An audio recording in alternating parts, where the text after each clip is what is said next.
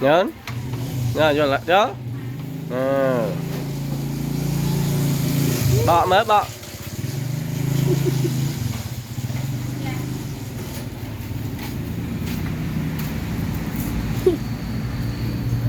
ý của mà anh bọ thường anh cái thớt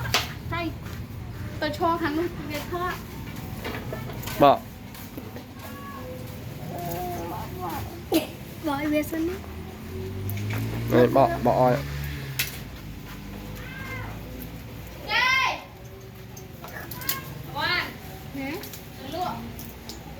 sao cái nào anh nha hôm nay em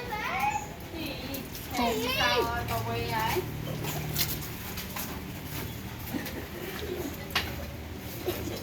Tụt qua.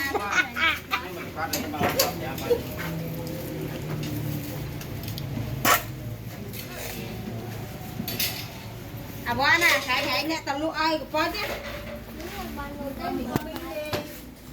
ý mà thầy anh mới nói sao anh nói ngày trai ai mà anh nhám một nhám ạ bạt ở anh fly chẳng mình ơi anh khó ngày trai anh đâu lại nè anh này đưa tao lũ á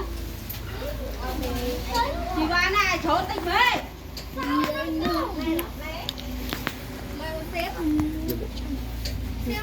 anh sao anh lũ ai anh cho sao anh này nè bạn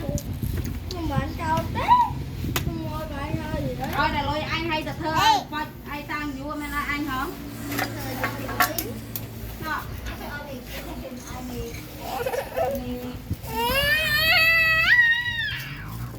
cái hũ tổ của bà anh ấy ban tay chắc bà hãy vô thật thơ sẽ đặc trắng men ơi anh nè bạn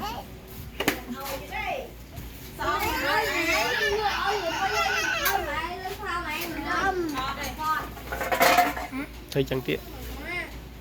thôi trả lôi anh nha còn một lơ Thôi trả lời.